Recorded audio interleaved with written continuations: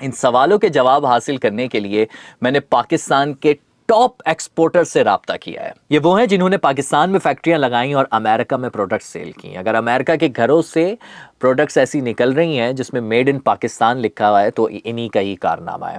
تو ملتے ہیں آج ہم جانتے ہیں ان سوالوں کے جواب سی ای او یوٹوپیا جبران نیاز صاحب سے. سر کیسے ہیں آپ؟ I am doing amazing. کیا اس وقت یہ ٹائم ہے پاکستان کے گرو کرنے کا؟ اگر ہے تو میں وہ جاننا چاہوں گا اور ایکسپرٹس اور حکومت آپ سے فائدہ اٹھا سکے کہ وہ کیسے ہو سکتی ہے گروتھ. دیکھیں پاکستان کا جو سب سے بڑا سیکٹر ہے وہ ٹیکسٹائل کا سیکٹر ہے، اور پاکستان کی تقریباً 2/3 سے بھی زیادہ ایکسپورٹ اپیرل میں اور ٹیکسٹائل کی پروڈکٹس میں ہوتی ہے. اور ہسٹوریکلی ہم جب آپ کہہ رہے ہیں کہ 60s میں اچھا دور تھا تو 80s 90s تک تو ہم اپنے نیبرنگ کنٹریز سے بہت آگے تھے. اور ہم اسی لیے آگے تھے کیونکہ ہماری جو کور اسٹرینتھ تھی ٹیکسٹائل پہ اور ایکسپورٹ پہ ہمارا فوکس تھا، اور دنیا کی منڈیوں میں ہم ویتنام اور بنگلہ دیش سے بہت آگے تھے، انڈیا سے بھی بہت آگے تھے. لیکن پھر میرا خیال ہے کہ ہم نے اپنا راستہ بھول گئے تھوڑا سا، اور ہم جس رفتار سے ہماری ایکسپورٹ سیکٹر کو گرو کرنا تھا ہم نہیں کر سکے. اور میرا خیال ہے ہماری پالیسیز کا مسئلہ ہے، ہماری اسٹریٹجیز کا مسئلہ ہے. اور اس وقت جتنی بڑی اپارچونٹی ہمارے پاس آج کی ڈیٹ میں موجود ہے کہ پاکستان ایک انتہائی کمپیریٹیو ملک ہے، اور سب سے بڑا تو میرا خیال ہے کہ چیلنج یہ ہوتا ہے کہ ہم نے اپنے دماغ میں ڈال دیا ہے کہ پاکستان کمپیریٹیو ہی نہیں ہے. ہمارے پاس کوئی مسئلہ ہے، کوئی ہمارے شاید لیبر مہنگی ہے، یا ہمارے پاس کوئی بجلی مہنگی ہے. اور کیونکہ ہم نے ہر شخص کے دماغ میں ڈال دیا کہ پاکستان کمپیریٹیو ہی نہیں ہے تو لوگ کوشش ہی نہیں کر رہے. جبکہ حقیقت یہ ہے کہ جو یوٹوپیا ماڈل ہے جو ہم نے پچھلے 15 سال میں اب سے ہم امیزن پہ بیچ رہے ہیں، اور پچھلے 6 سال میں ہم نے پاکستان میں نمبر آف کنٹینرز ایکسپورٹ میں one of the largest company بنائی.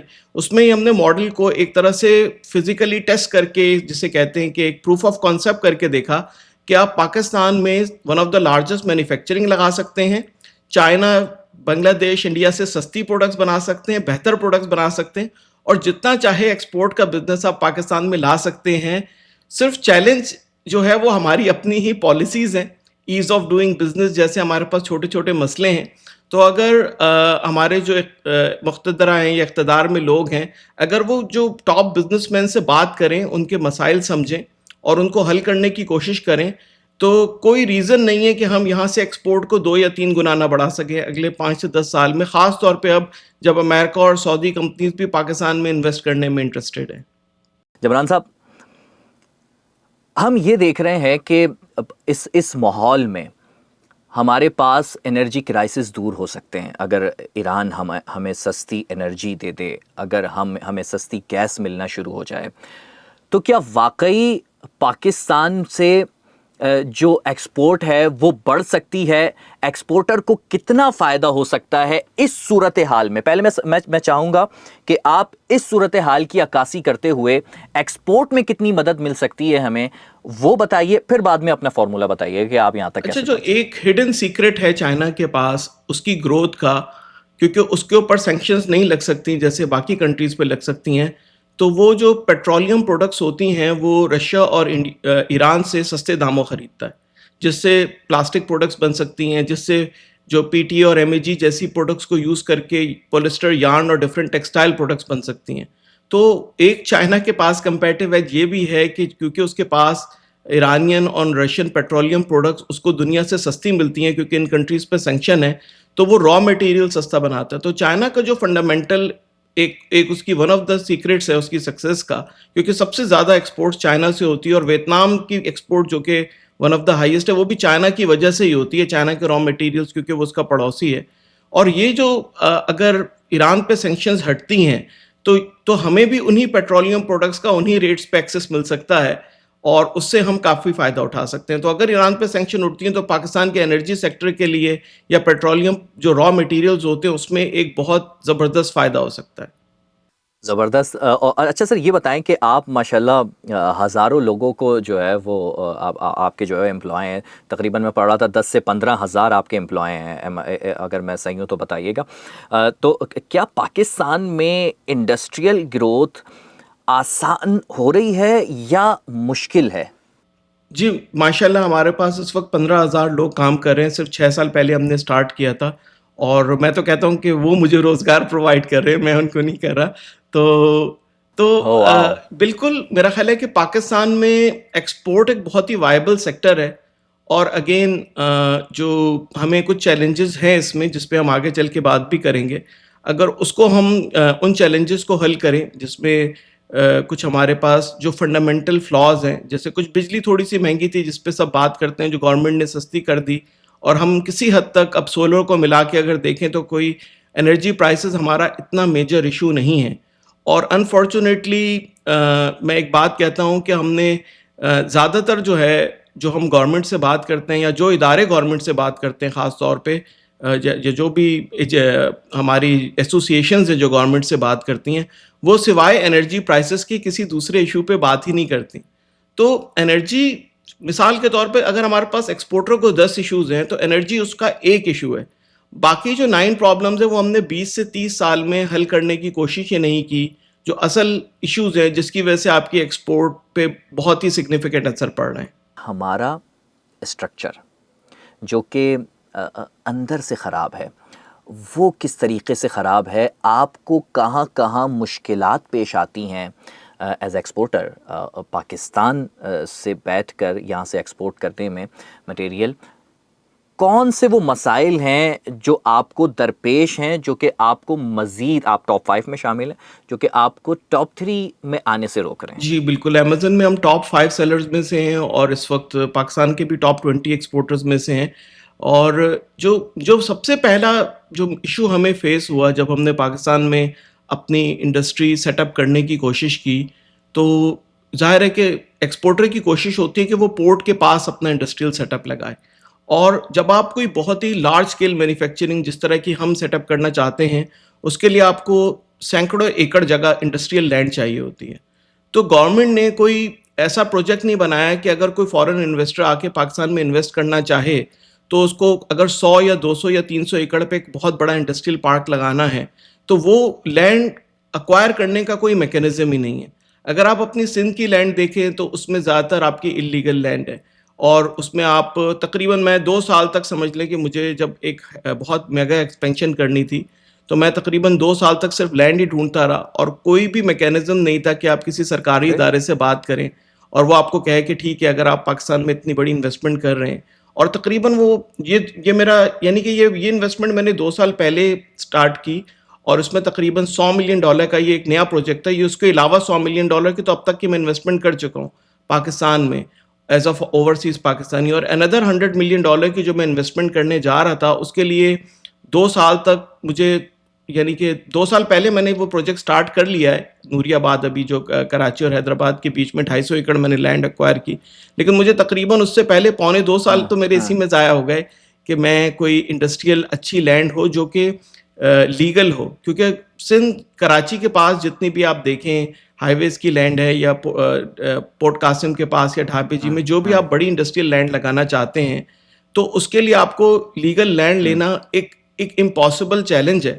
اور گورنمنٹ کے اداروں کو چاہیے کہ جب کوئی اوورسیز پاکستانی یا کوئی لارج اسکیل انویسٹمنٹ کرتا ہے تو وہ 5-5 ایکڑ کے بہت سارے پلاٹ ملا کے نہیں کر سکتا, کیونکہ وہ آپ کو ایک تو ملتے نہیں ہیں. اور ایک ہمارے جو آپ اگر دیکھیں پورٹ قاسم پہ بھی دیکھیں اور کراچی میں بھی دیکھیں, ارد گرد بھی دیکھیں, تو جو ہمارے ایک انویسٹرز ہیں جس کو جو پلاٹس کا بزنس کرتے ہیں, وہ جنہوں نے کوئی فیکٹری نہیں لگانی وہ سارے پلاٹس لے کے رکھ لیتے ہیں. اور انہوں نے 10 سال اب دیکھیں ایک لینڈ جو انڈسٹری کے لیے آپ گورنمنٹ نے ایلوکیٹ کی ہے انڈسٹریل زونز کے لیے, وہاں پہ انہوں نے اگر لینڈ لے لی ہے کہ جی 10 سال کے لیے انہوں نے لے کے انویسٹ کر لی ہے, تو وہاں پہ انڈسٹری کیسے لگے گی؟ تو ایک ایسے لوگ جس کا انڈسٹری لگانے سے کوئی تعلق نہیں ہے, ان کو وہ لینڈ لینے کی اجازت ہی نہیں ہونی چاہیے کہ بھائی اگر آپ نے یہاں پہ انڈسٹری لگانی نہیں ہے, اگر پورٹ قاسم پہ انڈسٹریل لینڈ ہے اور ایک شخص وہ لینڈ 10 سال سے لے کے بیٹھا ہے, تو یا تو آپ اس پہ نان یوٹیلائزیشن ٹیکس لگائیں جو کہ ہے لیکن بہت تھوڑا ہے, تاکہ لوگ ڈسکریج ہوں کہ آپ انڈسٹریل جو ایلوکیٹڈ لینڈ. اور دوسرا یہ کہ ہمیں اور ایسے میگا پروجیکٹس کے لیے ایک لینڈ کا ایک بینک بنا کے پرووائڈ کرنا چاہیے کہ ٹھیک ہے اگر ایک لارج انڈسٹری کے لیے آتا ہے تو ہم اس کو 100 ایکڑ یہاں دے سکتے ہیں اور وہ خود ڈیولپ کر لے. تو ایک تو سب سے پہلا ہی پرابلم ہو جاتا ہے کہ لینڈ ہی اویلیبل نہیں ہے, اور وہ لینڈ اویلیبل کا مسئلہ ہمیں حل کرنا چاہیے. تو نہیں یہ تو آپ نے بڑا کوئی خطرناک بات کر دی ہے. میں تو بڑا شروع میں چہک رہا تھا کہ جناب جی ہمارے یہاں اب جب پاکستان آبویسلی جب نظروں میں آ رہا ہے اور ہم کہہ رہے ہیں کہ جی ہم کہہ کیا رہے ہیں بلکہ ہم نے امیدیں لگا رکھی ہیں کہ واپس اگر دبئی بنا ہے تو کراچی برباد ہوا ہے, اور اگر ہم چاہتے ہیں کہ واپس اگر دبئی برباد تو میں نہیں کہوں گا لیکن جو وہاں کی حالت ہو رہی ہے, اگر دنیا کی نظریں واپس کراچی پر ٹھہرتی ہیں اور وہ انویسٹمنٹ چاہتی ہیں یہاں پر, تو آپ نے تو بہت بڑا سوال اٹھا دیا کہ یہاں آپ کے پاس زمین دینے کا کوئی درست قانون ہی موجود نہیں ہے. جی بالکل بالکل. اور اس مسئلے کے حل کے لیے انفارچونیٹلی ہمیں ایک جگہ مل گئی, اور ہم چاہتے تھے کہ وہ ہمیں پورٹ قاسم کے پاس, آپ کو پتہ ہے کہ کئی لاکھوں ایکڑ جگہ ہے, کئی بنجر جگہ ہے. ڈھابے جی کا آپ کو پتہ ہے پروجیکٹ کم از کم کوئی 6 دفعہ اناؤنس ہو کے وہ ایگزیکیوٹ نہیں ہو سکا. تو بہت سارے ہمارے اس طرح کے مسئلے ہیں کہ ہم لارج اسکیل مینوفیکچرنگ کو دیکھیں. چائنا سے بھی کئی فیکٹریز آئی ہیں اور کئی لوگوں کے ساتھ لینڈ کے فراڈ ہوئے. میرے ساتھ بھی لینڈ کے فراڈ ہوئے, کروڑوں روپے کا مجھے نقصان ہوا غلط لینڈ خریدنے میں. تو اگر آپ انویسٹرز کو اس طرح کے پرابلمز آئیں گے کہ جو بہت سارے نیب زدہ لوگ بھی ہیں جو آپ کو لینڈ بیچ دیتے ہیں, آپ سے کوئی ٹوکن لے لیتے ہیں, بعد میں پتہ چلتا ہے کہ وہ ساری لینڈ اور پورا ڈپارٹمنٹ ملے Oh ہوتے my ہیں, God. تو آپ کے لیے ڈسکریج ہوتے ہیں. میرے ساتھ بھی, اور کچھ میں صرف چائنیز لوگوں کو بھی جانتا ہوں جن کے ساتھ لینڈ کے فراڈ ہوئے جو یہاں پہ فورن انویسٹمنٹ لانا چاہتے تھے. اچھا سر سوال جو ہوتا ہے نا وہ آبویسلی وہ دماغ کی گرہیں کھولتا ہے, ریویل کرتا ہے.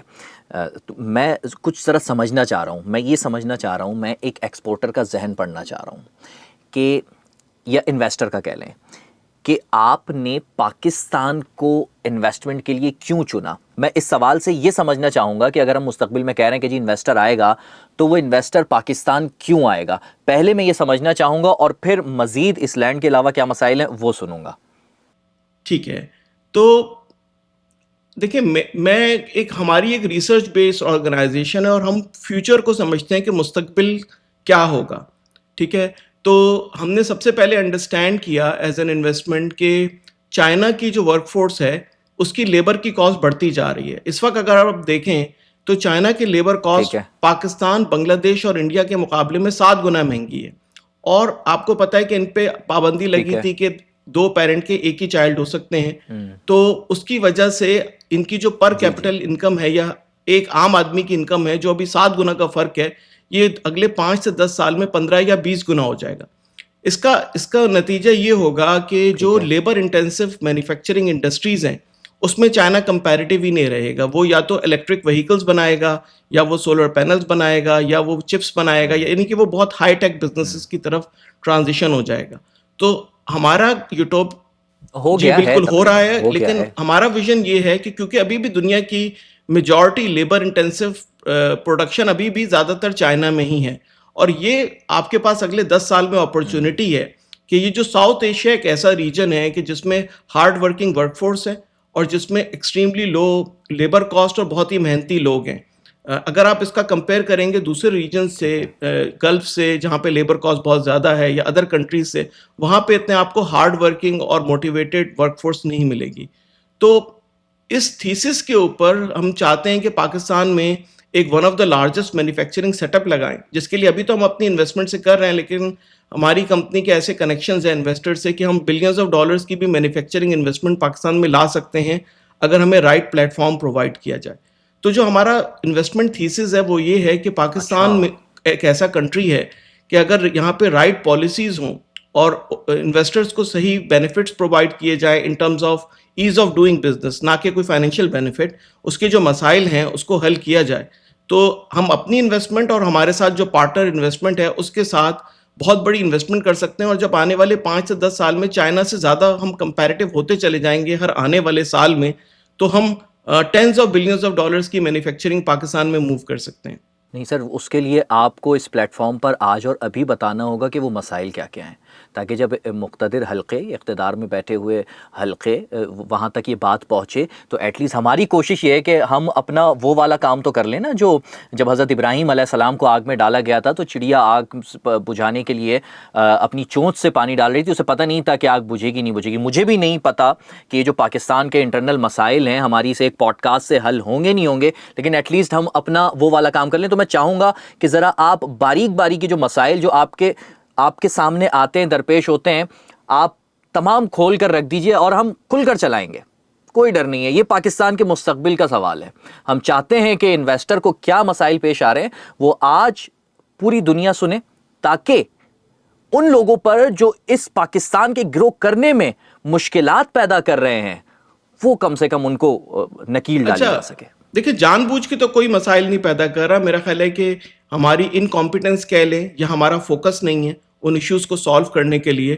دیکھیں سب سے پہلے تو میں نے آپ کو لینڈ کے چیلنجز بتائے کہ ایک لینڈ ایکوزیشن کے پرابلم ہے. جو دوسرا سب سے بڑا پرابلم ہے وہ انرجی کا ہے. اور آپ سمجھیں گے کہ میں کہوں گا کہ بجلی مہنگی ہے. میں یہ نہیں کہوں گا، بلکہ میں ایک ایسی بات کہوں گا کہ جو شاید آپ کو بھی حیران کر دے، اور وہ یہ ہے کہ پاکستان میں جو لارج اسکیل انڈسٹری ہے اس کو بجلی کا کنیکشن نہیں ملتا. آپ کہیں گے نہیں، حکومت تو بجلی سستی دینا چاہتی ہے، اس کو تو بہت زیادہ چارجز پڑتے ہیں انڈر یوٹیلائزیشن کی وجہ سے، وہ تو پوری کوشش کر رہی ہے.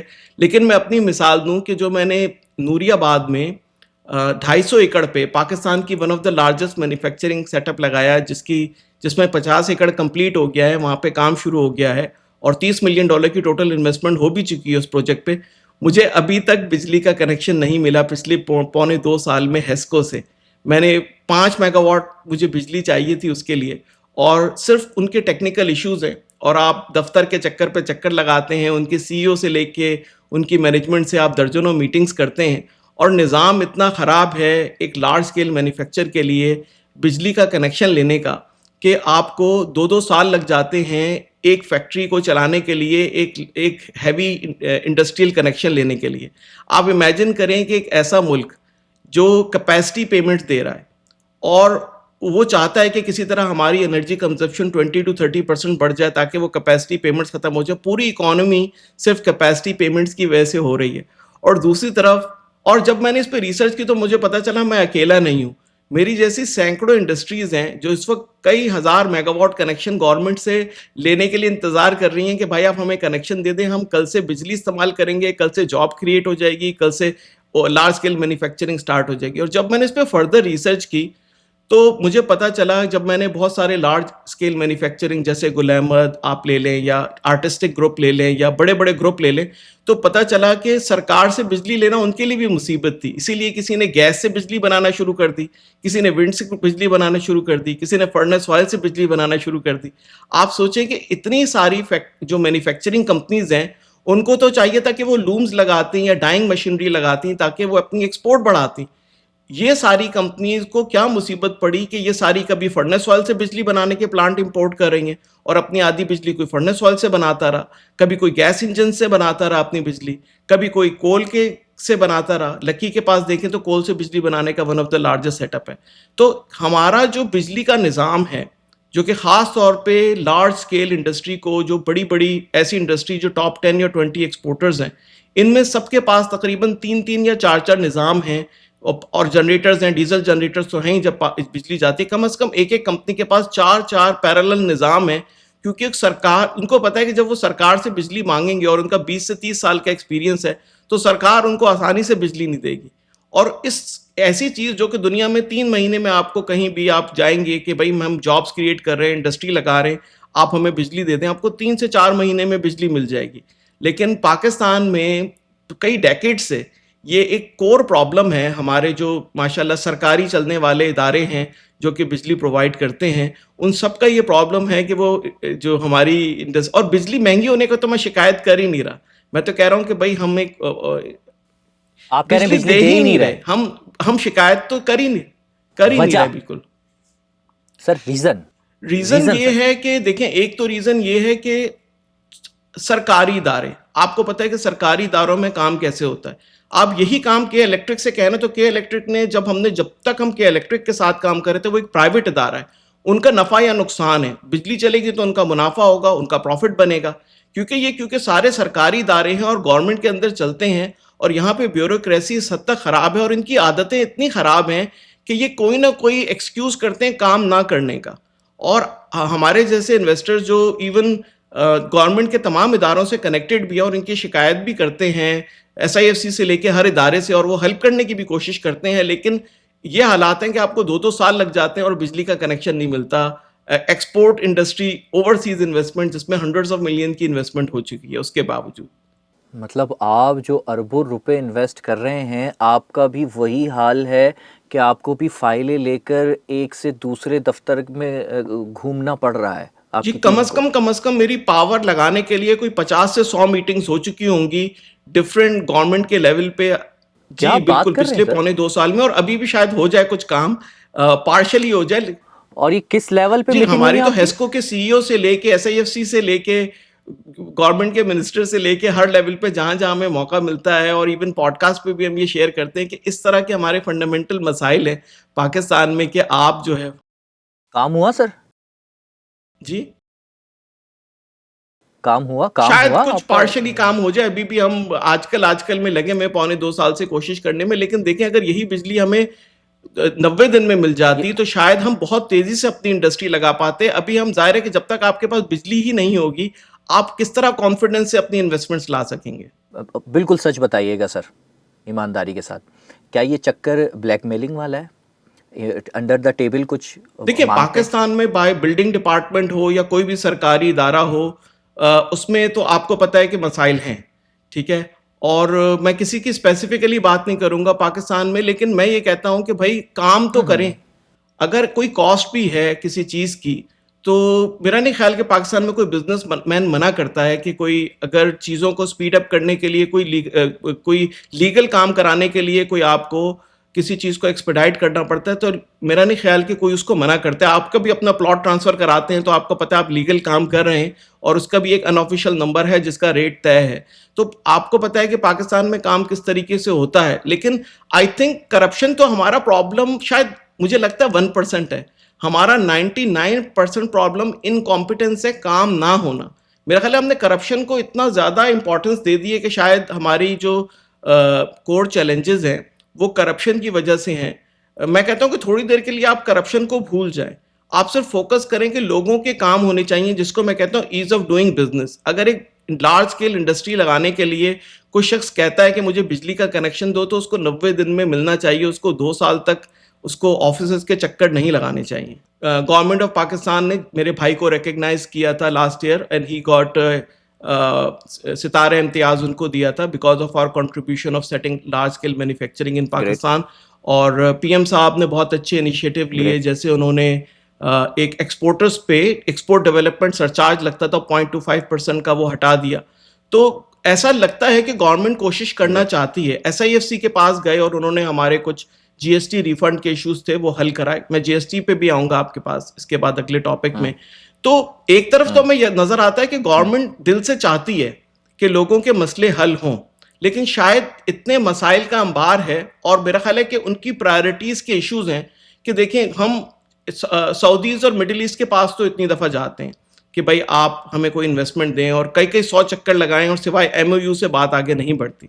اور جو میرا خیال ہے جو ہم نے انویسٹمنٹ کی ہے وہ پاکستان کی ہسٹری کی کسی بھی اوورسیز پاکستانی کی آج تک کی ڈیٹ کی شاید سب سے بڑی انویسٹمنٹ ہے. لیکن بعض اوقات تو ہمیں جو ابھی اتفاق کی بات ہے کہ بیڈ لک ہو گئی کہ ہم جو SFC کے ہیڈ سے بات کی تو انہوں نے ہمیں 5 منٹ سے زیادہ ٹائم ہی نہیں دے سکے، وہ کہ ان کی اتنی مصروفیات تھیں.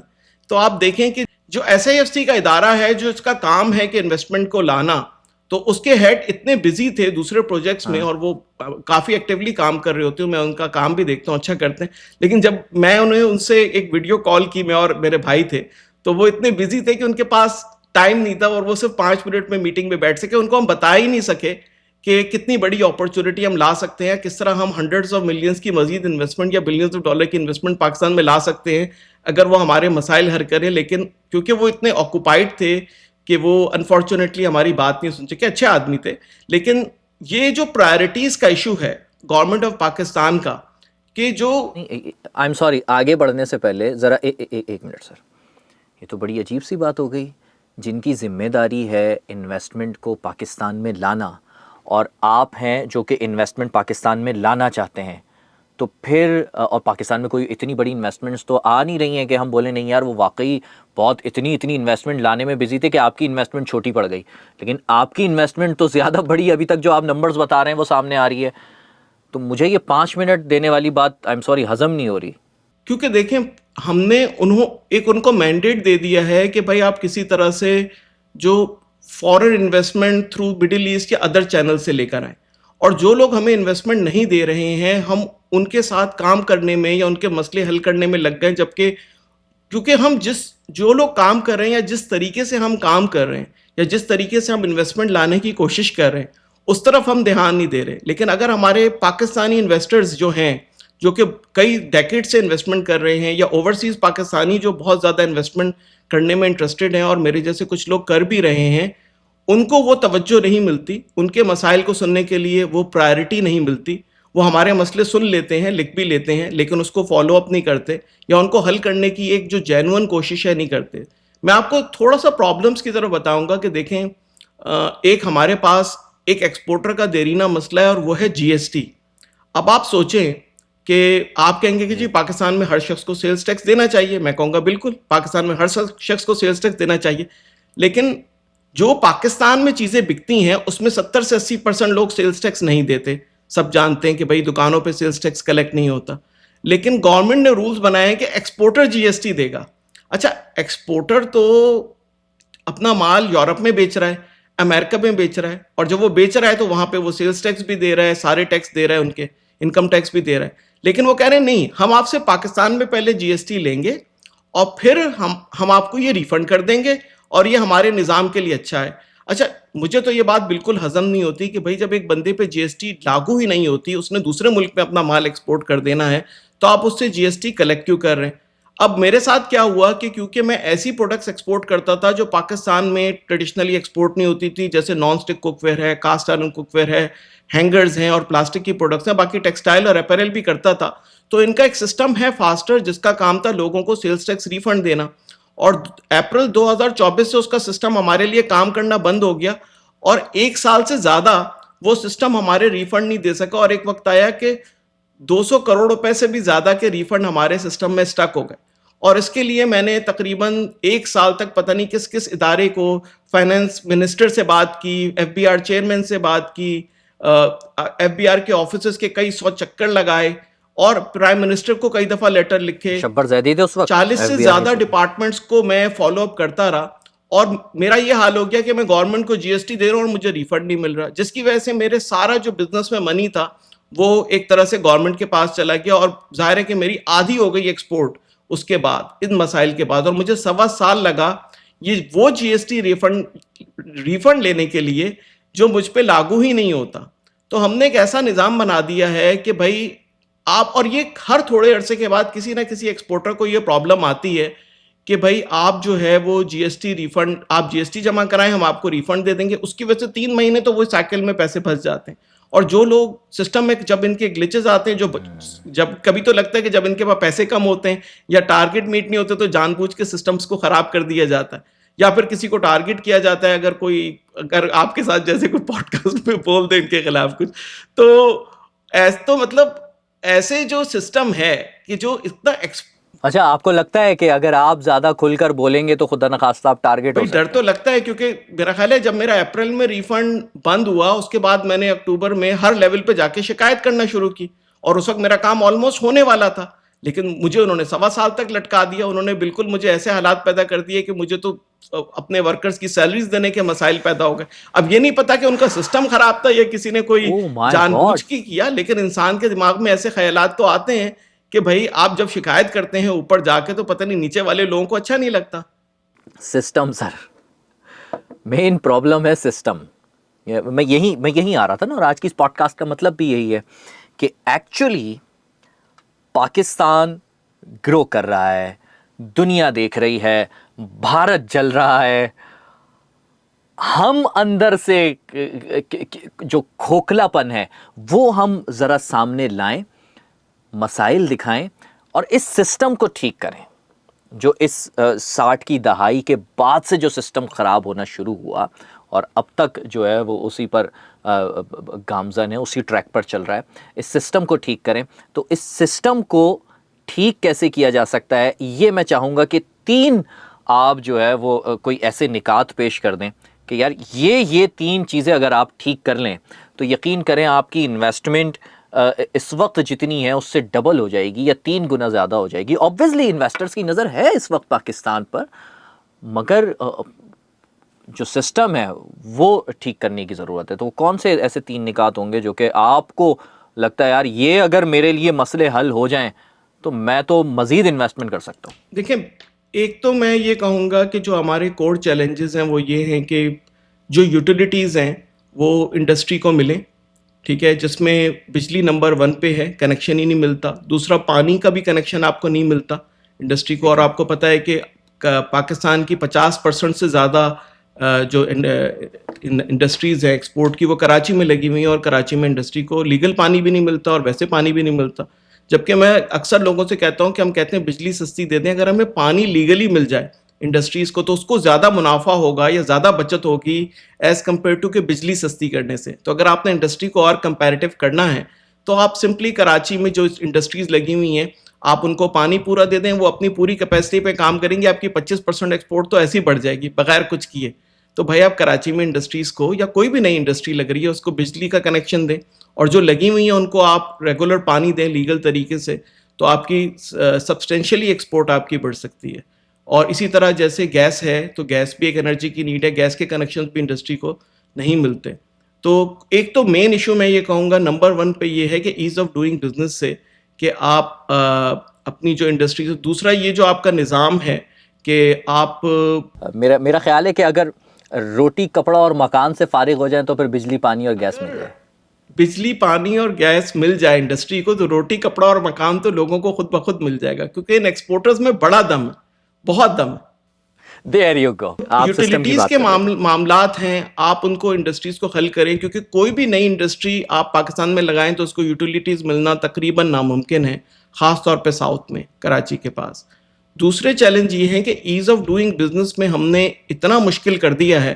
یعنی کہ آپ دیکھیں کہ پاکستان میں آپ کو ایک مثال دیتا ہوں کہ ایک چوکیدار ہے جو 12 گھنٹے کی ہفتے میں 6 دن جاب کرتا ہے, اس کو عام طور پہ لوگ 30-40 ہزار روپے کی تنخواہ دیتے ہیں.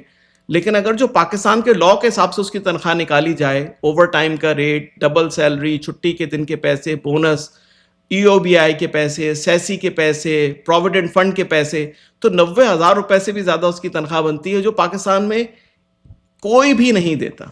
ٹھیک ہے, یعنی کہ اگر آپ قانون کے مطابق 12 گھنٹے کو سیکیورٹی گارڈ کے پیسے دیں جو اس کو ملنے چاہیے, یا تو آپ وہ پیسے بڑھا دیں یا آپ اپنے قانون کو درست بنائیں. اتنا مشکل ہم نے لیبر لاء کو کر دیا ہے. اور دیکھیں پاکستان میں صرف ایک واحد ادارہ ہے جس کو کمپلائنس کرنی ہے, اور وہ ہے ایکسپورٹر, کیونکہ ہمیں اپنے ایکسپورٹ کرتے ہوئے ساری سرٹیفیکیشنز لینی ہیں اداروں سے. اور دیکھیں اتنے سارے سیکیورٹی گارڈز اور اتنی ساری ورک فورس ہم نے اس لیے رکھی ہے کہ سیکیورٹی کے چیلنجز ہیں ہمارے ملک میں, سیفٹی سیکیورٹی کے آپ کو اتنے وہ رکھنے پڑتے ہیں. تو یہ جو ہمارے لیبر لاز ہیں ان کو ہم ٹھیک کریں, اور جو ایز آف ڈوئنگ بزنس ہے یعنی کہ آپ ایکسپورٹ کرتے ہیں تو ہم سے 2% ود ہولڈنگ ٹیکس لے لیتے ہیں, پہلے وہ 1% تھا. دنیا بھر میں کہیں نہیں ہوتا کہ آپ ایکسپورٹ کرتے ہیں, ٹھیک ہے آپ سال کے آخر میں اپنا جو انکم ٹیکس ہے وہ جمع کرائیں, لیکن آپ دیکھیں جیسے ہی آپ نے یہ 2% لگایا آپ کا ایکسپورٹ کا نمبر جو گرو ہو رہا تھا وہ کم ہونا شروع ہو گیا, کیونکہ پھر ایکسپورٹر کم پیسے منگائیں گے جب آپ ان کے 2% کاٹ لیں گے.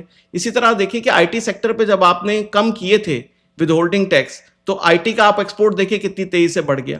تو جب آپ کے پاس پیسوں کی کمی ہوتی ہے تو آپ اس سیکٹر کو نہ اٹیک کریں جو ایکچولی میں آپ کو فورن ایکسچینج لا کے دیتا ہے. تو جتنا آپ ایکسپورٹر کی لائف ایزی کریں گے, اس پہ جی ایس ٹی ہٹا دیں گے, ود ہولڈنگ انکم ٹیکس ہٹا دیں گے, امپورٹ جب وہ اس کی ایکسپورٹ کی پروسیڈنگ آتی ہے, اور جو اس طرح کے ہمارے پاکستان کے ایسے ناقابل یقین لیبر لاز ہیں جو بالکل ہی لاجیکل ہے, اس کو باقی دنیا کے مقابلے میں جیسے باقی دنیا میں لیبر لاز ہوتے ہیں ان کو مور ریئلسٹک بنائیں. پھر یہ جو سیسی اور یو بی آئی والے ڈپارٹمنٹ ہیں جو بار بار آپ کے آفس کے چکر لگاتے ہیں, اور ظاہر ہے کہ سرکاری ادارے آپ کو پتہ ہے کہ پھر آپ کو تنگ کر کے کیا مانگتے ہیں, تو وہ سب معاملات ختم کریں. تو ایک بزنس میں, اور یہ جو جی ایس ٹی ریفنڈ کا نظام ہے کہ بھائی پہلے آپ ہم سے جی ایس ٹی لیں اور پھر ریفنڈ دیں, تو بھائی جب آپ نے ہمیں ریفنڈ ہی دینی ہے تو آپ ہم سے لے کیوں رہے ہیں, ہم تو ایکسپورٹر ہیں. تو آپ نے ایکسپورٹر کی لائف اتنی مشکل کر دی ہے کہ وہ بیچارہ دنیا بھر میں جا کے ہم ٹریڈ شوز لگاتے ہیں, کئی درجنوں ملک جاتے ہیں, ٹریڈ شو لگاتے ہیں, کئی سپلائر سے ملتے ہیں, انٹرنیشنل ٹریول کرتے ہیں. ہم چاہتے ہیں کہ ہماری ساری توجہ پاکستان میں بزنس لانے میں ہو, نہ کہ ہم گراؤنڈ پہ اپنے سیکیورٹی سے لے کے, یوٹیلیٹی سے لے کے, ود ہولڈنگ ٹیکس سے لے کے, لیبر لاز سے لے کے, تو اتنے ہم نے کام کرنے کو مشکل بنا دیا ہے, جس کو میں یہ ساری چیزیں کہوں گا کہ بھائی آپ نے جو پورا فریم ورک بنایا ہے نظام بنایا ہے جس میں آپ نے ایز آف ڈوئنگ بزنس کے لحاظ سے ایکسپورٹر کی زندگی عذاب بنا دی ہے، اس کو آپ جتنا آسان کریں گے تو ایک جو ہمارا سنگل پوائنٹ ایجنڈا ہے. اچھا دیکھیں، ایک تو اس پہ بھی ہم آئیں گے بعد میں، ابھی ہم 3 میجر ایشوز پہ بات کرتے ہیں. ایک تو یوٹیلیٹیز پہ ہم نے بات کر لی، دوسری ایز آف ڈوئنگ بزنس پہ بات کر لی. اس میں تیسرا پوائنٹ یہ بتاؤں گا کہ دیکھیں جو ہمارے ایسوسیشنز ہیں نا، کہ آپ کبھی جننگ ایسوسیشن کو بلا لیتے ہیں، پھر اسپننگ کو، پھر اس کو، پھر فلانی کو، اور پاکستان میں کوئی 50 سے زیادہ ایسوسیشنز ہیں اور گورنمنٹ صرف انہی سے بات کرتی ہے. اچھا پرابلم یہ ہوتا ہے کہ ان ایسوسیشنز میں جو لوگ ہیں نا، اگر وہ گورنمنٹ کو صحیح گائیڈ کر رہے ہوتے تو پچھلے 30 سال میں ہمارے مسئلے حل ہو جاتے. تو کچھ تو ہمارے نظام میں غلطی ہے کہ ہم جس سے پوچھ رہے ہوتے ہیں کہ پرابلمس کیا ہیں. اب جیسے انہوں نے بلایا کہ بھائی ایکسپورٹر کیا مسائل ہیں، ایک ہم نے کاٹن گروور کو بلا لیا، ایک جننگ کو بلا لیا، ایک اسپننگ کو بلا لیا، ٹھیک ہے، ایک ایپٹما کو بلا لیا جو کہ ایک طرح سے اسپننگ کی ریپرزنٹیشن کر رہا تھا. پورے ایک میٹنگ میں 40 لوگ تھے، میں ایکسپورٹرز کو ریپرزینٹ کر رہا تھا، مجھے 1 منٹ سے زیادہ کا ٹائم ہی نہیں ملا بات کرنے کے لیے. تو آپ ایکسپورٹر کے مسائل حل کرنے کے لیے جس میٹنگ میں بات کر رہا تھا میں، اور میں ایکچولی گورنمنٹ کی کمیٹی کا حصہ تھا، اس میں ایکسپورٹر کو 1 منٹ سے زیادہ ملا ہی نہیں پورے سال میں بات کرنے کے لیے. تو 1 منٹ میں بھائی آپ کو میں تو آپ کی 4 گھنٹے کی ہماری پوڈ کاسٹ ہو جائے گی اگر میں آپ کو ایک ایک کر کے مسائل سمجھاؤں. اور اس پوری میٹنگ میں سارے ارریلیونٹ لوگوں کو بلا کے ایکسپورٹر کو صرف 1 یا 2 منٹ کا ٹائم دیا جاتا ہے کہ بھائی آپ اپنے مسائل بتاؤ ہر ارریلیونٹ آدمی کو. اب مثال کے طور پہ ایک سنگل ایکسپورٹر کی ایکسپورٹ ہے 500 ملین، اور آپ نے مثال کے طور پہ کسی ایک کیٹیگری کو بلا لیا کہ بھائی آپ فلانی کیٹیگری کے، اور اس پوری ایسوسیشن میں سے کئی سو ایکسپورٹر کی ایکسپورٹ ملا کے 200 ملین ہے. تو وہ ایک اکیلا ایکسپورٹر جو ہے وہ اس پوری کیٹیگری سے بڑا ہے. تو ضروری نہیں کہ آپ ہر چھوٹی چھوٹی کیٹیگری کے ایکسپورٹر کو بلائیں. میں یہ کہوں گا کہ پاکستان کے آپ ٹاپ 20 ایکسپورٹر سے پرائم منسٹر صاحب اور جو ہماری اسٹیبلشمنٹ ہے وہ 1-on-1 بات کریں بغیر کسی کو بلائے، اور 1-2 گھنٹے ان سے پوچھے کہ بھائی آپ کے مسئلے کیا ہیں. اور یہ بیچ میں جتنے مڈل مین ہیں جس میں ایسوسیشنز ہو گئیں، ارریلیونٹ لوگ ہو گئے، آپ ان کے تھرو بات نہ کریں، آپ ڈائریکٹلی ایکسپورٹر سے 1-on-1 بات کریں. جیسے آپ پاکستان کے ٹاپ 20 ایکسپورٹر کے مسئلے حل کر دیں گے نا، تو میں آپ کو یقین دلاتا ہوں پاکستان کے سارے ایکسپورٹرز کے مسئلے حل ہو جائیں گے. تو آپ انڈائریکٹ بات نہ کریں، آپ کسی کے تھرو نہ بات کریں. اور خاص طور پہ ایسے ایکسپورٹر جو آنے والے دنوں میں اپنے بزنس کو ایکسپینڈ کرنا چاہتے ہیں، ان سے بات کریں. اور ٹاپ 20 ایکسپورٹر سے آپ ایک ایک کر کے ان کے مسئلے سمجھیں کہ ان کے کور پرابلمس کیا ہیں. اور بہت ساری ایسوسیشنز ایسی ہیں کہ جو ایکچولی، یعنی آپ دیکھیں ایپٹما جو کہ ایکسپورٹر کی آرگنائزیشن ہے، وہ گورنمنٹ سے کہتی ہے کہ آپ ایکسپورٹر پہ اور GST لگا دیں، ان کا کام اور مشکل کر دیں. تو کیا وہ واقعی ایکسپورٹر کی نمائندہ بھی ہے؟ کیونکہ اگر ایپٹما کا 1 پوائنٹ ایجنڈا ہوتا ہے کہ جی آپ بجلی سستی کر دیں، کیونکہ ایپٹما کا سارا فوکس اسپننگ پہ ہے، اور اسپننگ کیونکہ بہت زیادہ بجلی استعمال کرتی ہے تو وہ صرف اسی کو ریپرزینٹ کرتے ہیں. لیکن جب آپ میرے جیسے ایکسپورٹر سے بات کریں گے، وہ یہ کہے گا کہ بھائی بجلی تو میری پوری کاسٹ کا 7% ہے، میں 1% اور بچا لوں گا، میرے 93% مسئلے بھی تو اور ہے نا، وہ کون سنے گا؟ اور وہ آپ کو چھوٹے چھوٹے پرابلم سمجھنے پڑیں گے، چھوٹے چھوٹے مسئلے حل کرنے پڑیں گے. جیسے گورنمنٹ نے کچھ حل کیے، میں نے آپ کو بتایا کہ export development surcharge prime minister ختم نہیں کیا جو بڑا ناجائز لگا ہوا تھا، جس سے ہماری انکم کو نقصان تھا. ایسے ہمارے کوئی 40-50 چھوٹے چھوٹے مسئلے ہیں، لیبر لاز کے مسئلے ہیں، EOBI، سیسی، اور بہت سارے مسائل ہیں، یوٹیلیٹیز کے مسئلے ہیں، لینڈ کے مسئلے ہیں، GST کے مسئلے ہیں. تو ایک ایک کر کے بھی اگر ہم اگلے آنے والے 2-3 سال میں یہ مسئلے حل کریں، لینڈ کے مسئلے حل کریں، تو آئی کین گارنٹی کہ ایکسپورٹ ہماری بہت تیزی سے بڑھ سکتی ہے، کیونکہ پاکستان بہت زیادہ کمپیریٹیو ہے دنیا کے مقابلے میں نئی انڈسٹری لگانے کے لیے. بالکل ہے، بالکل ہے. تو کیا میں اب جو میں یہاں پہ سوال بڑا اہم کرنے جا رہا ہوں، کیا آپ ایکسپورٹرز کے یہ مسائل حل ہو جائیں، نئے انویسٹرز آئیں، اور پاکستان میں اتنی سرمایہ کاری کیا ہو سکتی ہے؟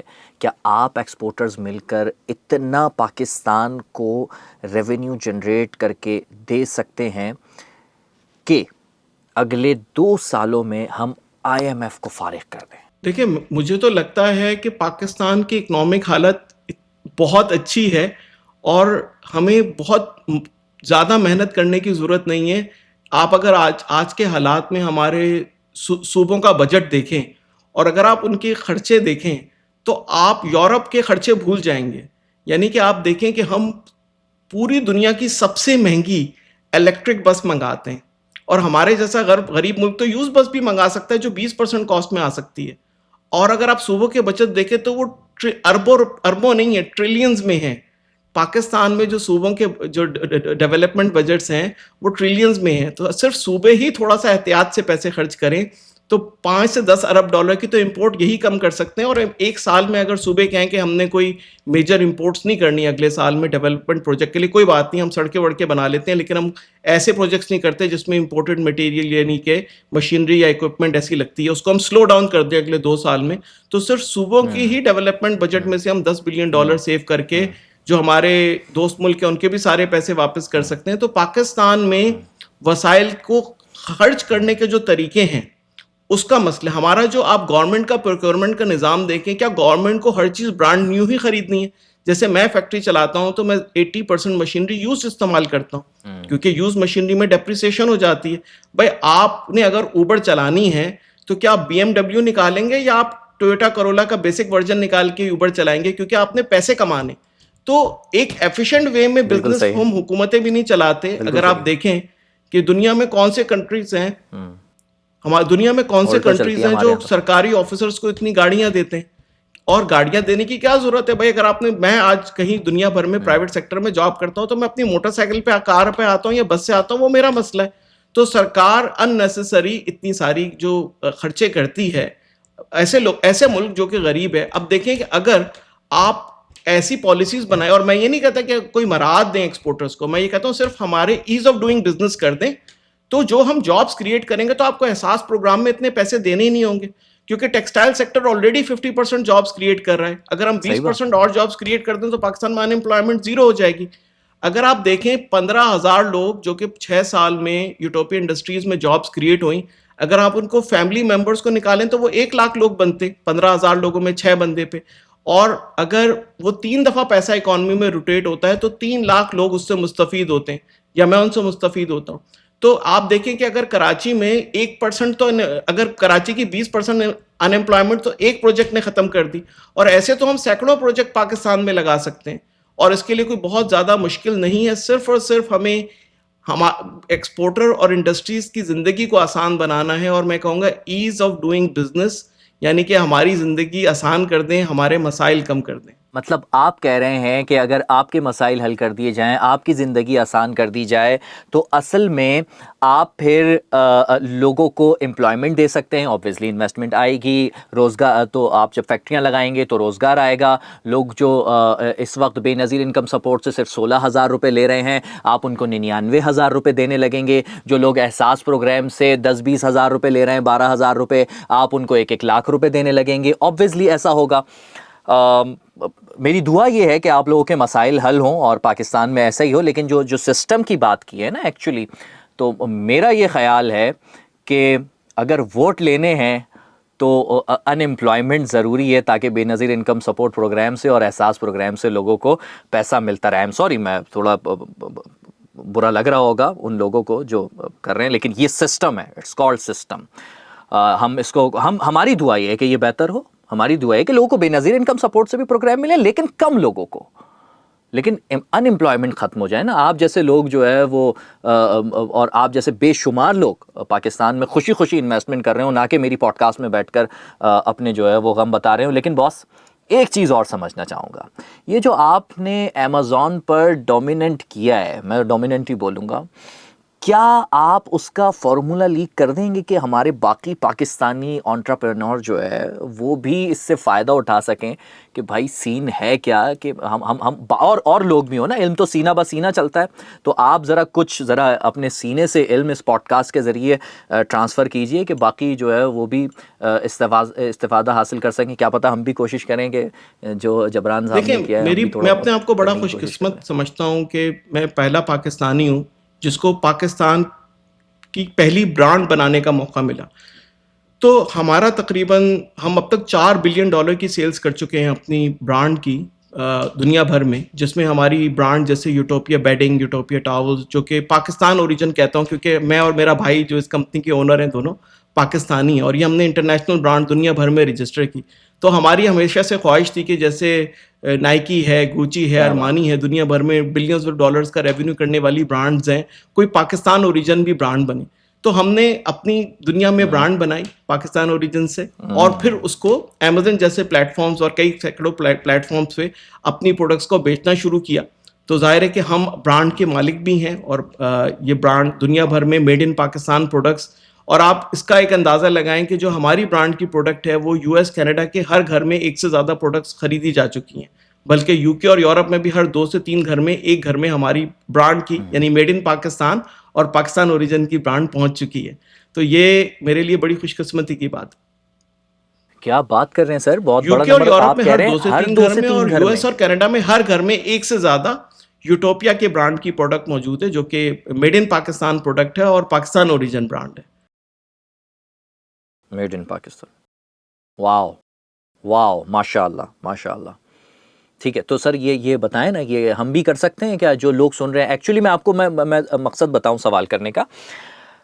یہ جو میں نے تھنک پوڈ کاسٹ بنایا ہے نا, اس میں ہماری کوشش ہے کہ لوگ آپ جیسے کامیاب لوگوں کو دیکھ کر, ان کے نقش قدم پر چل کر جو اسٹیپس انہوں نے اٹھائے ہیں وہ اسٹیپس لے کر ہماری جینزی سیکھ سکے. اور آپ کو پتہ ہے امیزون پر ہماری جینزی کوشش کرتی ہے, بہت زیادہ تعداد میں کوشش کر رہی ہے کہ وہ امیزون پر آئیں, اور امیزون پر جو ہے وہ کیسے پروڈکٹ بنا کر سیل کرتے ہیں, کیا کرتے ہیں. میں یہ نہیں بول رہا کہ آپ پورا اسٹرکچر بیان کریں, لیکن چیدہ کچھ ایسی چیزیں بتائیں نا جو لوگ آپ کے اسٹیپس فالو کر کے کچھ علم حاصل کر دیکھیں سکیں اور امیزن پہ تو ظاہر ہے کامیاب کہ بنیں. بہت سارے لوگ ٹریننگز بھی دیتے ہیں اور بہت سارے لوگ آپ کو پتہ ہے کہ امیزن پہ بیچ بھی رہے ہیں, اور ہماری سٹوری سے انسپائر ہو کے اور جو لوکل ٹریننگز ہوئی سے انسپائر ہو کے 4 سے 5 بزنس بھی ایسے ہیں جو کوئی 20 ملین, کوئی 30 ملین, کوئی 40 ملین ڈالر کا بزنس میرے علاوہ بھی کر رہے ہیں. ہم شاید بہت بڑے ہیں, 800 ملین کرتے ہیں, لیکن 50 ملین کے اندر والے میرا خیال ہے کہ ماشاء کوئی اللہ.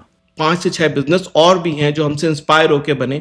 اور اگین 800 ملین ان یونائٹیڈ اسٹیٹس. جی بالکل, یو ایس میں 2-3 کمپنیز کو تو میں ڈائریکٹلی جانتا ہوں کوئی جو 30 ملین کی رینج میں کرتے ہیں اور ہم سے بہت زیادہ انسپائرڈ ہیں, ہم سے ملتی جلتی پروڈکٹ کرتے ہیں, یا اچھا, جس طرح سے لوگ انسپائر ہو واو. کے سملر بزنسز میں چلے جاتے ہیں, اور ہم تو ان کے لیے دعا کرتے ہیں کہ اللہ تعالیٰ ان کو بھی کامیابی دے اور پاکستان میں سے ایسی کمپنیز بنے جو انٹرنیشنلی اپنی برانڈز بنائیں اور ڈفرینٹ پلیٹ فارمس پہ اپنی چیزیں بیچیں. میرا خیال ہے کہ آپ ٹریڈیشنل ریٹیل بھی لے لیں جس میں آپ والمارٹ اور ٹارگیٹ میں اپنی چیزیں بیچ سکتے ہیں, اس کے لیے بھی آپ دنیا بھر میں اپنے شو رومز بنا سکتے ہیں, اپنی برانڈ بنا سکتے ہیں, اور امیزن پہ بھی اپنی برانڈ بنا کے اپنے برانڈ میں چیزیں بیچ سکتے ہیں. تو جو آپ ٹریڈیشنلی چیزیں لوگ کرتے ہیں مینوفیکچر, وہ یہ کہ کسی اور کی برانڈ میں بناتے ہیں, پروڈکشن کر کے دیتے ہیں, وہ ظاہر ہے کہ وہ ایک الگ بزنس ماڈل ہے. اور جو ہمارا بزنس ماڈل ہے وہ یہ ہے کہ ہم ایک میجر برانڈ بناتے ہیں, اس کو دنیا میں سکسیزفل کرتے ہیں اور اس میں نئی سے نئی پروڈکٹ ڈیزائن کر کے ہم بیچتے ہیں. اور یہ سارا کا سارا جو ایکو سسٹم ہے یہ سارا پاکستان میں ہے. ہماری تقریباً 90-95% لوگ جو اس 800 ملین ڈالر کی برانڈ کو دنیا بھر میں رن کرتے ہیں وہ سارے پاکستانی ہیں. کراچی میں بیٹھ کے ہم لوگ شارع فیصل میں ہمارا آفس ہے تو وہاں سے ہم رن کرتے ہیں. تو یہ ہم پاکستانی اگر کر سکتے ہیں تو اور پاکستانی بھی کر سکتے ہیں. واو. میرا خیال ہے کہ مائنڈ سیٹ, پالیسی اور گورننس, اگر یہ چیزیں ٹھیک ہو جائیں تو نو ڈاؤٹ اگر ہمارا یہ اوبویسلی سسٹم اسی کی بنیاد پر کھڑا ہوتا ہے نا, تو اوبویسلی ہمارے جو ہے وہ ٹریڈ کوریڈور جو ہے کھل سکتے ہیں. کیا میں صحیح کہہ رہا ہوں؟ ساری دنیا پاکستان میں انویسٹمنٹ کرنا چاہتی ہے. اب وہ حالات نہیں ہے کہ پاکستان کو منفی نظر سے لوگ دیکھتے ہیں. میرا خیال ہے ہم جب اپنے دوستوں کو بتاتے ہیں پاکستانی تو وہ بڑے دیکھتے ہیں, اور ہمارے جو انڈین دوست ہیں وہ تو کچھ زیادہ ہی اچھے طریقے سے ہمیں دیکھتے ہیں. تو اچھا, تو ہاں بالکل. پہلے اب تو مطلب ہم لوگوں سے بڑے اور کانفیڈنس سے ملتے ہیں. اور آن اے لائٹر نوٹ پہلے بھی میرا خیال ہے یہاں پہ اب تو آپ گرین وہ ہمارے یہاں میم چل رہی ہے نا, گرین پاسپورٹ نکال کے دکھا رہے ہیں آپ, تو اب جنگ ختم کرانے کے بعد. تو لیکن آپ کے تو ماشاءاللہ کارنامے آلریڈی خود کے بھی موجود ہیں. نہیں میرا خیال ہے کہ پاکستان اوورسیز پاکستانیوں کا کانفیڈنس لیول تو اور ہی لیول پہ ہے, کیونکہ جتنا میڈیا میں پازیٹیولی پاکستان کا نام پچھلے سالوں میں رہا ہے, شاید ہی ہسٹری میں کبھی پاکستانی اوورسیز پاکستانیوں کو جب وہ اپنے دوستوں میں بیٹھتے ہیں, ہلکے احباب میں بیٹھتے ہیں, تو اس طرح کی پذیرائی ملتی ہے. اور کیونکہ ہم تو ہمیشہ نیگیٹو خبروں کی رونق رہے ہیں, تو اب ایک سلسلہ رہا ہے کہ جس میں ہم پازیٹیو نیوز میں رہتے ہیں اور بڑی عزت مل رہی ہے پاکستان کو. اور میرا خیال ہے کہ جو جو ہم کہتے ہیں کہ سسٹم کو واپس یہ دیکھنا چاہیے کہ اس اپرچونٹی کو ہم کیسے کیش کر سکتے ہیں اور کس طرح سے اور دیکھیں دنیا کیا کرتی ہے, دنیا کسی سکسیس سٹوری کو دیکھتی ہے کہ یار اس نے یہ انویسٹمنٹ کی دبئی میں تو یہ اتنا پیسہ بن گیا, ہم بھی کریں. تو کیا ہم ایسی سکسیس سٹوریز شوکیس کر سکتے ہیں کہ کیا یوٹوپیا کی جیسی اور سکسیس سٹوری بنانے کے لیے کیا یوٹوپیا کی سکسیس سٹوری کو اور بہتر بنایا جا سکتا ہے اور اس کو انویسٹرز کو دکھایا جا سکتا ہے دیکھیں یوٹوپیا ایک انٹرنیشنل کمپنی نے آ کے پاکستان میں انویسٹمنٹ کی اور اس کو اتنی ترقی ہوئی. تو ایسی سکسیس سٹوری اور ایسی مثالیں بنا کے ان کو شوکیس کرنے کی ضرورت ہے. اور جب آپ ایسے اور دیکھیں فائنانس لانے کے لیے آپ کو ایک وہیکل چاہیے ہوتی ہے, یعنی کہ آپ جیسے آپ کی کمپنی پبلک ہو گئی تو لوگ اب اس میں انویسٹمنٹ کر سکتے ہیں. تو آپ ایسے کسی سے انویسٹمنٹ نہیں کہہ سکتے کہ آپ مجھے پیسے دے دیں, آپ کو ایک اپرچونٹی کریٹ کرنی پڑتی ہے, کوئی پروجیکٹ سٹارٹ کرنا پڑتا ہے جس میں لوگ انویسٹ کرتے ہیں. اچھا ہمارے لیے یہ بہت آسان ہے کہ ہم یو ایس اے میں سینکڑوں انویسٹر سے کہیں کہ جی آپ ہم میں انویسٹ کریں اور ہم پاکستان میں کوئی $1 بلین کی یا $500 ملین کی مینوفیکچرنگ کا سیٹ اپ لگانا چاہتے ہیں جس کو وہ یو ایس اے میں بیٹھ کے اون کر سکتے ہیں, کیونکہ ہمارے پاس اس کا ایک ورکنگ ماڈل ہے کہ ایک سکسیسفل کمپنی ہم آلریڈی لارج اسکیل میں چلا رہے ہیں. لیکن وہ کرنے کے لیے ہمیں یہ کانفیڈنس ہونا چاہیے کہ جب ہم وہ لگائیں اور انویسٹمنٹ کریں تو کیونکہ ہماری بھی ان لوگوں سے کمٹمنٹ ہو تو جو آگے ہمارا سسٹم ہے وہ ہمارے ساتھ کوآپریٹ کرے اور وہ ہمیں نظر آئے کہ جب ہمیں کوئی مسئلہ ہوتا ہے تو وہ اس کو حل کرنے کی کوشش کرتے ہیں, نہ کہ ہمارے مسائل کو اور بڑھا دیتے. تو آپ کو جیسے ایسے سکسیس سٹوریز ہوں گی تو فورن انویسٹمنٹ خود بخود آپ کی آنا شروع ہو جائے گی. اور دیکھا دیکھی بہت سارے لوگ یہ کام کرتے ہیں. جیسے ہم نے جب امیزون پہ سٹارٹ کیا تو جو ہمارے بزنس سے جو ریونیو جنریٹ ہوا وہ تو ہوا, لیکن ہمارے جیسے 15-20 لوگوں نے اور انسپائر ہو کے کہ تو جتنا ریونیو ہم جنریٹ کر رہے ہیں اتنا ہی ریونیو ہمارے انسپائریشن سے بھی جنریٹ ہو جاتا ہے. ایک نیا بزنس ماڈل کنٹری میں کریٹ ہونا شروع ہو جاتا ہے. بالکل ایسا ہے, بالکل ایسا ہے. آپ پازیٹیوٹی کو اسپریڈ کرتے ہیں تو پازیٹیوٹی بڑھتی ہے. بالکل ایسا ہے کہ آپ سکسیس اسٹوری بتا رہے ہیں, جیسے آپ یوٹوپیا آپ اپنی مثال دے رہے ہیں اور آپ کو دیکھ کر اور میں واقعی میں آپ کو بتاؤں ہماری جینزی جو اس وقت جو چاہتی ہے وہ واقعی سکسیس اسٹوریز سننے کے بعد ان کے نقش قدم پر چلتی ہے. اور اس پوڈ کاسٹ کے سننے کے بعد بھی آپ یقین کیجئے بہت سارے لوگ ہوں گے جو کہ آپ کو سرچ کر کے ڈھونڈیں گے, نکالیں گے, آپ کی کہانی جانیں گے, یا پھر ہم کبھی آپ کی کہانی جو ہے مکمل کسی ڈاکیومنٹری میں بھی سنا دیں گے کہ تاکہ لوگ آپ کو آپ سے انسپائر ہو کر اور آپ کے نقش قدم پر چلیں. اور پھر ملٹیپل لوگ پاکستان کو اٹھانے میں کردار ادا کرتے ہیں نا. ابھی جیسے آپ ہیں, آپ بتا رہے ہیں مجھے دیکھ کر جو ہے وہ 6 لوگوں نے اور شروع کیا. ہم چاہتے ہیں ایسے 6 نہیں ایسے ملینز میں لوگ ہوں جو کہ جو ہے وہ سکسیس اسٹوری سن کر آگے بڑھیں. اور جب لازمات ہے ملینز لوگ جاتے ہیں تو ان میں سے بہت سارے ہوتے ہیں جو کہ ناکام بھی ہوتے ہیں. بہت سارے اسٹارٹ اپس جو ہے وہ فیل ہو جاتے ہیں, اس کی بہت ساری وجوہات ہوتی ہیں. ہم اس کے لیے کوئی اور سیٹنگ رکھ لیں گے اس پر بات کرنے کے لیے, کوئی بات کہیں اور نکل جائے گی. لیکن ابھی جو مجھے ابھی تک سمجھ آیا ہے, بہت شکریہ آپ نے جو ہے وہ ہمارے سامنے بہت ساری چیزیں آسان کر دیں. اچھا بس آخر میں بہت بہت شکریہ thank you so much for having می. اور میرا خیال ہے کہ دل کھول کے آپ سے باتیں کی اور آپ سے اپنے جذبات شیئر کیے اور بہت پازیٹیو ہیں پاکستان کے فیوچر کے بارے میں. میرا خیال ہے کہ پاکستان ایک اپورڈ ٹرینڈ پہ ہے اور ہماری جو گروتھ ہے وہ اس وقت امیزنگ ہے اور ہمارے جو مسائل ہیں وہ ہم کافی حد تک حل کر چکے ہیں. تو ایسا لگ رہا ہے کہ آنے والے دور سے میں بہت پر امید ہوں اور مجھے لگ رہا ہے کہ آنے والے 10 سال پاکستان کی ہسٹری کی شاید بہترین 10 سال ہو سکتے ہیں. تو thank you so much for having me. Thank you so much sir, بہت بہت شکریہ آپ کا. آپ نے جو ہے وہ ہمیں اتنا ٹائم دیا اور اتنی ساری چیزیں ہمیں سمجھائیں, مسائل بتائے. ایکچولی یہ مسائل سننے کا مطلب جو ہے وہ یہی ہے کہ لوگ, ایک تو یہ بھی کہ لوگ آپ کے نقش قدم پر چل کر آپ کو فالو کر کے اور پاکستان کو گرو کرنے میں اپنا کردار ادا کر سکیں اور خود بھی گرو ہوں گے وہ. لیکن دوسرا مقصد جو اہم مقصد ہے وہ یہ بھی ہے کہ ہم اپنے سسٹم کو, اس کھوکھلے سسٹم کو مضبوط کرنے میں, اس کا کھوکھلا پن ختم کرنے میں اور اسے مضبوط کرنے میں کردار ادا کر سکیں. اور وہ کردار تبھی ادا ہوگا جب ہم بتائیں گے کہ اس جگہ پر دیمک لگی ہے, یہ جگہ ٹھیک کرنی ہے. تو بہت شکریہ, آپ نے وہ بتایا دیمک کہاں لگی ہے. اب جو ہے وہ دیمک ہٹانے والے کردار ادا کریں اور اپنی پازیٹیو انرجی اور اپنا پازیٹیو کردار ادا کریں. جو پاکستان کے اس وقت کرتا دھرتا ہے فیلڈ مارشل اور آبویسلی جو فیس پر موجود ہیں پی ایم شہباز شریف صاحب, وہ تو نظر آ ہی رہے ہیں کہ سفارتی سطح پر پاکستان کو کامیابیاں مل رہی ہیں. لیکن ہمیں سسٹم ٹھیک کرنے کی ضرورت ہے تاکہ انویسٹرز جو ہے وہ پاکستان آئیں اور پاکستان گرو کرے. انشاءاللہ ایسا ضرور ہوگا. تھینک یو سو مچ. اللہ حافظ.